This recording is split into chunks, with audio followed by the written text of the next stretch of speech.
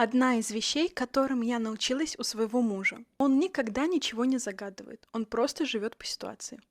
И я должна все пропланировать. В голове уже 100-500 представлений, как может произойти та или иная ситуация и что дальше произойдет. И если вдруг мои ожидания и мои планы не оправдались, у меня очень сильно менялось настроение, прям деструктивно влияло на мое состояние. Я ходила как в воду опущенная, я очень тяжело переживала вот это вот принятие того, что что-то идет не так, как я хочу. И научилась у мужа также ничего не ожидать.